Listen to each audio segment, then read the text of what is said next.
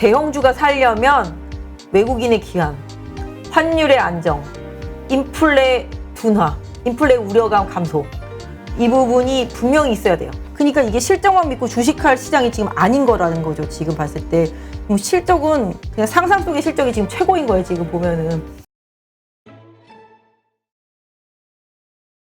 이번에는 지주사 쪽인데 역시 대형주죠. SK 지금 마이너스 20%. 아까 잠깐 살짝 봐드렸었죠. 그렇죠. 그리고 LG인데 역시 이분도 마이너스 10%. 그러니까 지주사. 지주사를 갖고 지주사는 어차피 연말 정도 가면 조금 좋아질 수 있어요. 배당도 있고. 그래서 SK도 아까 말씀드렸던 단계 많이 올라왔잖아요. 저는 SK는 사실 뭐 최태원의 뭐 도덕성 논란이 상당히 많긴 하잖아요. 투자자분들이. 근데 뭐 저는 기업하는 입장에서는 기업만 잘 가면은 된다라고 생각하는데 또 그거 갖고 뭐라고 하시면 어쩔 수는 없는데 일단은 기업 자체가 주가만 오르면 돼?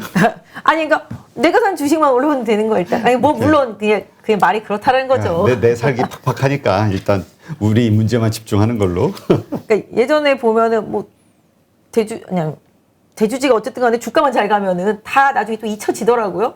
예전에 한번 오스템 임플란트도 좀 약간 그런 대표에서 논란이 있었었는데 나중에는 뭐 그런 논란 있을 때가 딱 저점이더라고요. 보니까 그때도.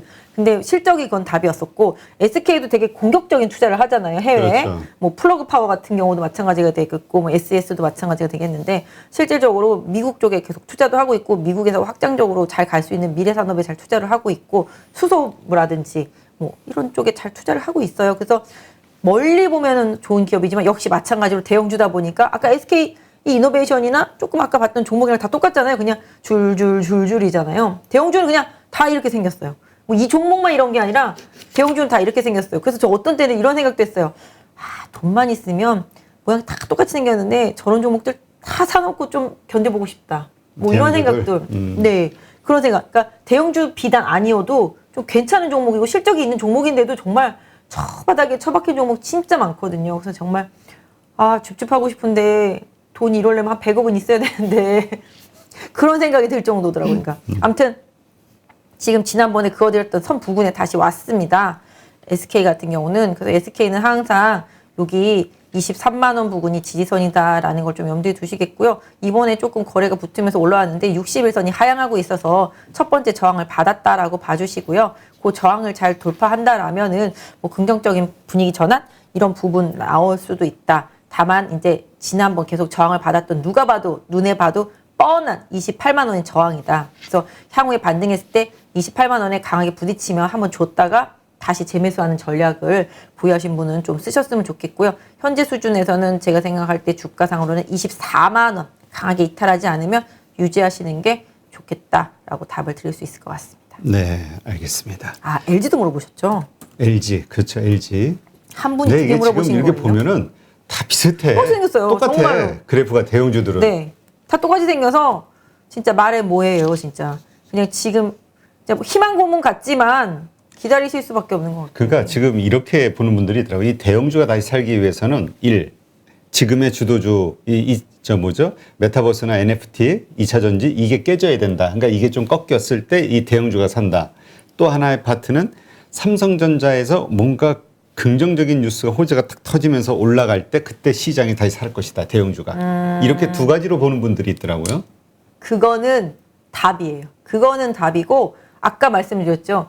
대형주가 살려면 외국인의 기한, 환율의 안정, 인플레 둔화, 인플레 우려감 감소 이 부분이 분명히 있어야 돼요. 한 가지도 아니고 세 가지씩이나 쫙. 아까 네 가지였었죠? 또 하나 뭐 있었어? 예. 나도 갑자기 기억나는 수급, 외국인, 그다음에 환율, 인플레 이런 부분들.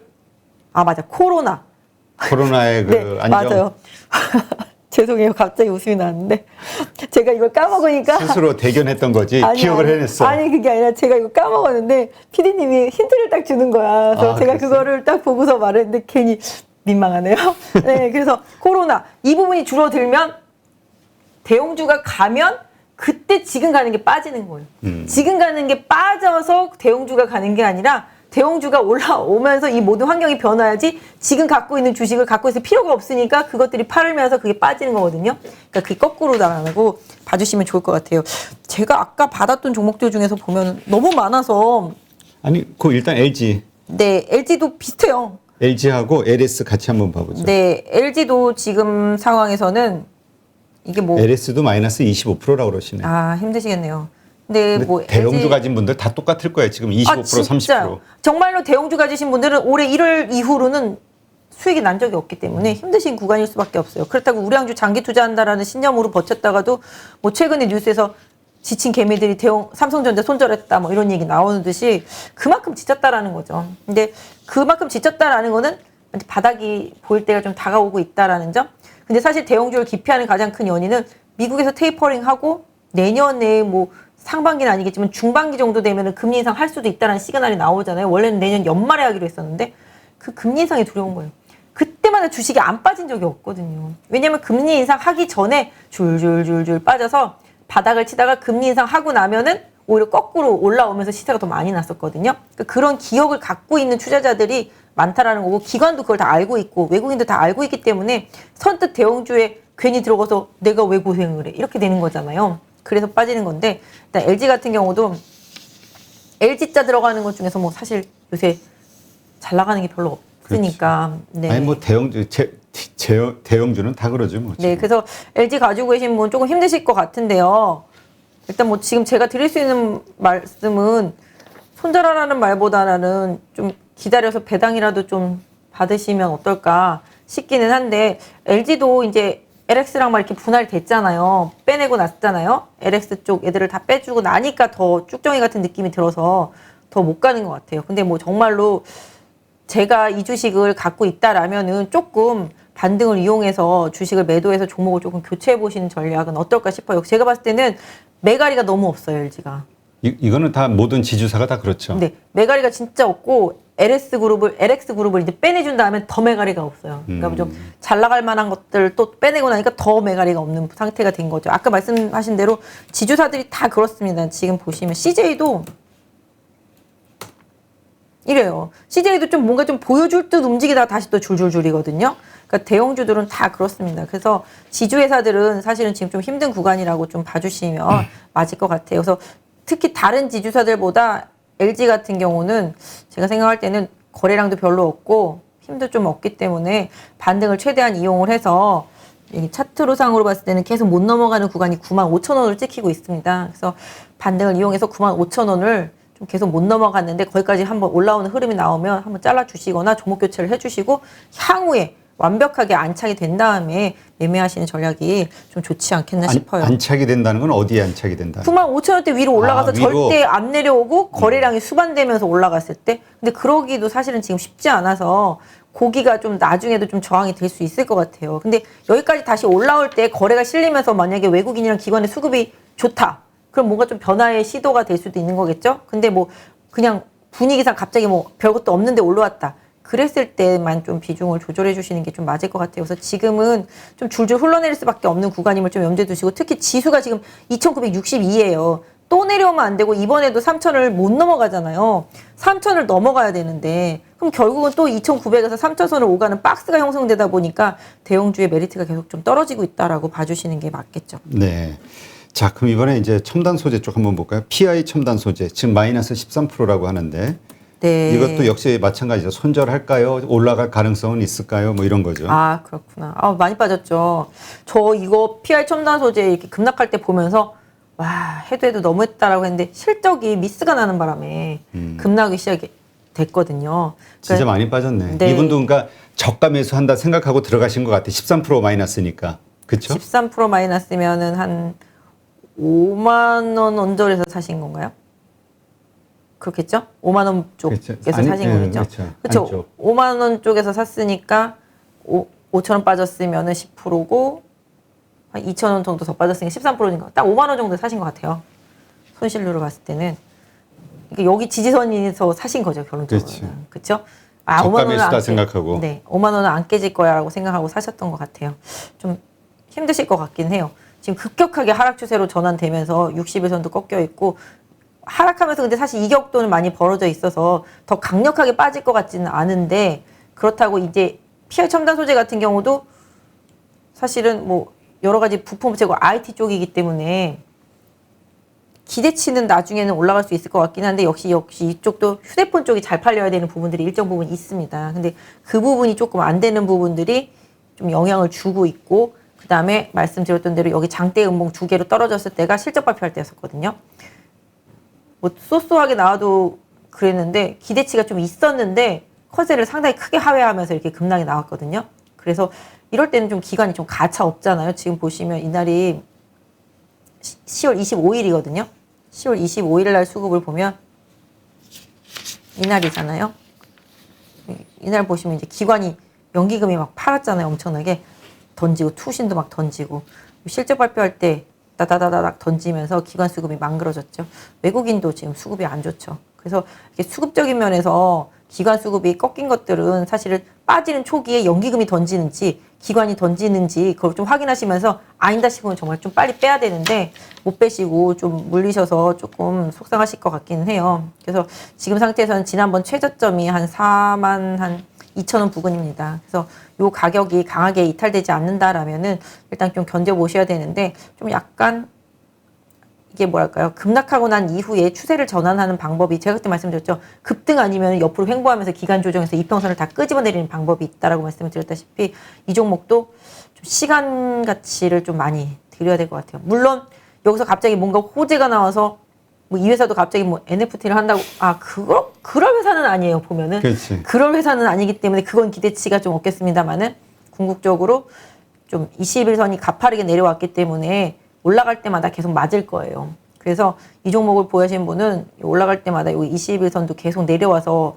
언제까지인지는 모르겠습니다만 한 4만 5, 6천 원대 이 부분에서 좀 저항이 계속 나온다라는 점 염두에 두시고 이게 조금 돌파되면은 뭐 최대 올라가면 단기적으로 한 4만 7, 8천 원 정도 되니까 5만 원에 사셨다라면은 일단 한번 잘라주고 종목 전환을 하시거나 아니면 이 종목에 수급이 조금 완화되고 좋아지는 시점에 다시 재매수하시는 전략 이런 부분들을 좀 고려해 보셨으면 좋겠어요. 그래서 일단 IT 쪽도 좀 선별을 해야 돼요. 지금처럼 반도체만 가는 장에서는 뭐 PI 첨단 소재 같이 휴대폰 쪽, 뭐 필름이라든지 이런 쪽들 갖고 있는 회사들은 조금 힘들 수밖에 없고 역시 제조업이잖아요.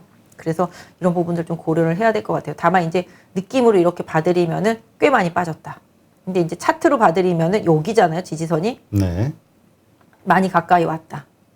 지금 4만 3천 원대인데 한 4만 한 2천 원 언저리까지만 오면은 저가에 좀 매수할 수 있는 기회도 좀 될 수가 있고 최대로 빠지면 4만 원 정도까지도 열어놓겠는데요. 여기까지 오면 아마 저점 매수세가 들어올 것 같아요. 4만 원 정도 오면은 그런 부분들은 조금 고려해서 4만 원까지 왔는데 거기서 손절하지는 마시고 손절하실 거면 미리미리 하시는 게 좋겠고요. 오히려 4만 원 정도면은 저가 매수세가 좀 들어올 수도 있는 상황이다라는 점 좀 염두에 두시고 여기서 더 빠지지만 않으면 조금 보유하시면서 좀 추세 전환 방향성 보시고 좀 정말 다른 종목들로 교체하고 싶으시면 아까 말씀드렸던 대로 4만 5천원에서 7천 원 사이 이 부분에서 수급이 좀 개선이 안 된다라면은 조금 비중 줄이시거나 매도 한번 해보셔서 종목 교체하시는 방법도 한번 고려해 보셨으면 좋겠습니다. 네.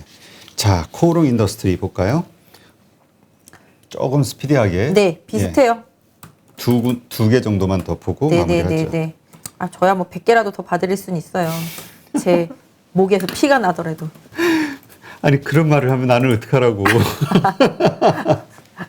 진짜 웃을 일이 아닌데 이 주가들을 근데 보면은 진짜. 왜냐하면 지금 그만큼 지금 괴로운 분이 너무 많은 거야 지금. 저도 괴로워요. 이런 주식들을 보고 있으면 진짜 속상하고. 아니 근데 주식하는 사람들은 다 이런 상황이지 뭐 지금. 그러니까요. 개인 투자자분들. 저도 사실 방송에서 말로는 아유 손절 얘기해도 손절이 말이 쉬워서 손절인지 잘 안 되거든요. 네, 진짜로. 네. 예. 근데 코롱인더도 마찬가지예요. 지난번에 한번 세게 갔었죠. 역시 코롱인더도 효성 갈 때 이제 수소랑 엮어가지고서 좀 많이 갔었어요. 그래서 그때 좀 많이 가서 그때 좀 팔았으면 좋았을 걸. 사실 저는 이때 많이 올랐을 때 좀 주변에 있는 분들한테는 좀 파는 기회를 좀 삼아. 너무 그때 수소 하면서 엄청 갔었거든요. 그렇죠. 효성도 마찬가지였었잖아요. 효성 첨단 소재. 네, 효성 그룹주들도 다 그런 식이었기 때문에 그리고 또 이렇게 대형주들은 한번 시세를 세게 나오면은 최소 3개월, 최소 6개월까지도 쉬거든요. 그래서 그럼 좀 기다리는 시간이 좀 많이 길어져요. 얘도 보시면 9월 달에 피크를 쳤기 때문에 쉬어가는 시간이 앞으로도 한 두세 달 더 이어질 수도 있기 때문에 좀 상당히 힘듭니다. 그래서 특히 뭐 코롱인더도 화학이잖아요. 그렇죠. 다 화학회사기 때문에 지금 다 경기 민감주들은 다 힘든 구간이고 제조업체들 다 힘든 구간이에요. 그래서 코롱인더도 좀 수소 이슈로 너무 많이 올랐다라는 점은 좀 염두에 두실 필요가 있겠어요. 매수가가 얼마인지는 안 써 있죠. 네. 근데 다음번부터는 매수가도 같이 받아야지 제가 정확하게 좀 근데 그럴 것 같아요. 꼭 이거 상관없이 지금의 상황을 봐야 왜냐하면 이분만이 아닐 거거든요. 그쵸. 여기 맞아요. 엄청나게 물려 있기 때문에. 그렇죠. 이거를 보시면서 관련주 같이 이걸 투자하신 분들도 같이 좀 참고를 삼으셨으면 좋겠는데요. 일단 주가 자체는 어느 정도 좀 많이 빠졌다.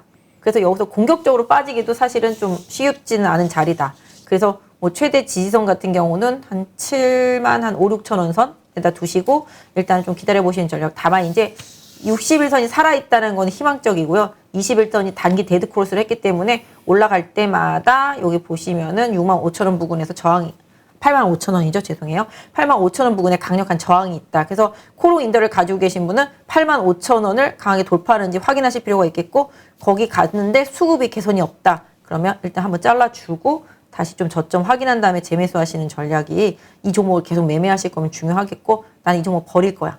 그런 분들이라면은 여기 8만 5천 원 부근 강한 좀 저항대로 염두에 두시고 뭐 나중에 좀 종목을 교체해 보시는 전략도 좋겠습니다. 그래서 이 종목을 계속 매매하실 거면 여기도 연기금이 계속 많이 팔잖아요. 네. 그래서 그 부분을 조금 염두에 두시면서 좀 보셨으면 좋겠고요. 아까 말씀드렸던 대로 하락은 어느 정도 많이 진행이 됐기 때문에 좀 이제 하락 기울기를 완만하게 만드는 시간이 좀 필요하다라고 좀 말씀드릴 수 있을 것 같아요. 지금 여기 이 화학 관련주들 지금 다 똑같은 거죠. 지금 거의 상황이. 비슷해요. 그러니까 지금 뭐 금호타이어 지금 뭐 물리신 분 이야기 나오고 다 뭐 이런 화학 쪽이 많은데 롯데케미칼 뭐 금호타이어. 철강주도 아까 좀 있었었어요. 네. 그러니까 이런 분들이 다 이런 같은 논리인 것 같아요. 이런 분들 역시 그 아까 얘기했던 그 네 가지 상황에 대한 이 주가들이 다시 상승 반전할 수 있다. 맞아요. 우리가 이렇게 이해를 해야 되겠죠. 네, 맞아요. 왜냐하면 인플레 환경이 완화가 돼야지 모든 부분에 있어서의 개선이 이루어질 수 있거든요. 시장 환경이. 지금 건설 같은 경우도 정책적인 걸 계속 수혜를 못 보잖아요. 못 가고 뭐 원자재 부분이 너무 많이 올라 있으니까 그런 부분들 최근에 보면은 이거는 여담인데 제가 어저께 집에 가다가 골프샵을 갔거든요. 아이언채를 한번 바꿔볼까 싶어서 가는데 여자채가 별로 없대요. 그래서 잘 팔려서 없나 보다 그랬거든요. 그게 아니라 못 만들어서 수입이 안 된대요. 코로나 때문에 공장에서 만들지를 못한대요. 아, 네. 그게 아마 동남아 쪽에서 만드나 보죠. 그런가 봐요. 그래가지고 채가 안 들어온대요. 아, 그래서 없구나.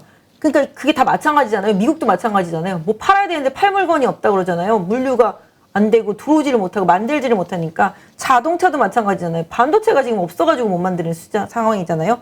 그렇다시피 그런 환경적인 부분들 그리고 이제 코롱인더 같은 경우는 좀 수소 영향을 받으면서 시세가 너무 출중하게 많이 났었기 때문에 좀 조정의 시간이 길다 봐주시고 철강이든지 화학이든지 뭐 정유든지 조선이든지 건설이든지 다 마찬가지. 최근에 조금 개선되는 느낌이 있는 게 살짝 기계 업종 이쪽은 조금 바닥을 치고 저 때문에 그런 거 아니에요? 저 미국의 네, 인프라 맞아요. 사업 네, 맞아요. 통과되고. 네, 맞아요. 그래서 그쪽이 조금 개선되는 흐름들이 조금 나오고 있는 모습이고요.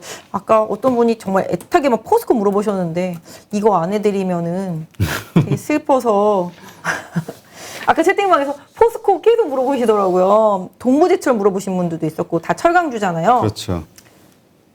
아 정말 힘든 것 같아요. 철강주들도 예전에 뭐 원자재 가격 막 동부제철 이분은 급등했을 때. 30% 마이너스 30%라고 그러네요. 네, 그러니까 원자재 가격 막 급등했을 때 뭐 석탄 가격 올라가고 뭐 알루미늄 가격 올라가고 뭐 철강 가격 올라가고 뭐 구리 가격 올라가고 막 난리가 났었을 때 원자재 가격 관련된 종목들 상당히 많이 갔었잖아요. 근데 시세를 다 내고 나니 오히려 거꾸로 철강 가격들이 되게 안 좋아요. 중국에서 지금 열연 가격도 마찬가지가 그렇죠. 되겠고 뭐 다 그게 수요와 공급의 법칙이 다 깨지다 보니까 안 되는 부분도 있고 그때 지금 전기난이 났었잖아요. 중국에서 전기난이 나다 보니까 석탄 발전도 안 하게 되고 그래서 또 전기난이 나고 전기난이 나니까 철강 회사들이 고로를 또 못 돌리는 회사들도 막 나오게 되고 제품을 못 만들고 이런 부분들이 계속 나오면서 계속 어디선가 미스가 계속 나고 있는 부분이거든요. 그런 데다가 또 이제 경기에 대한 우려감 이런 부분들 때문에 또 다시 이제 관련주들이 또 빠지기 시작하는 거죠. 가격도 빠지고. 그래서 이런 부분들 때문에 좀 철강주 안 좋은데 사실 포스코도 좀 많이 안타깝죠. 실적은 최고인데. 지금 보시면 연기금이랑 금액은 계속 팔잖아요. 그러니까 지금 대형주는 실적 상관없이 그냥 후드려 패요, 그냥. 그러니까 이게 실적만 믿고 주식할 시장이 지금 아닌 거라는 거죠. 지금 봤을 때. 뭐 실적은 그냥 상상 속의 실적이 지금 최고인 거예요. 지금 보면은. 앞으로 봤을 때. 그래서 지금 보시면 포스코도 고점이 이제 지난번에 한번 여기서 만들어진 이후에 좀 쭉 하락하고 있습니다. 그래서 제가 예전에 그어드린 선이 있을 거예요. 여기 보시면 25만 원 부근이에요. 포스코 최대한 좀 감내하실 수 있다라면은 25만 원까지도 내려올 수 있다라는 건 염두에 두시되 이 가격에서는 뭐 혹시라도 여기까지 빠졌을 때 공포스러워서 막 매도로 하지는 말으셨으면 좋겠어요. 이게 포스코가 25만 원까지 내려오면 제가 봤을 때는 지수는 분명히 2,900이 깨지거든요.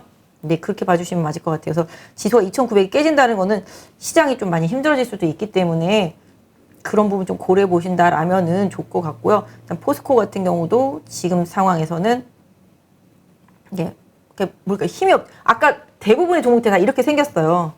빨간색은 좀 찾기 힘들고 다 음봉이에요. 좀 힘든 구간이긴 한데 포스코 같은 경우도 직전 저점이 한 여기 보시면 한 26만 원 9천 원이네요. 26만 9천 원.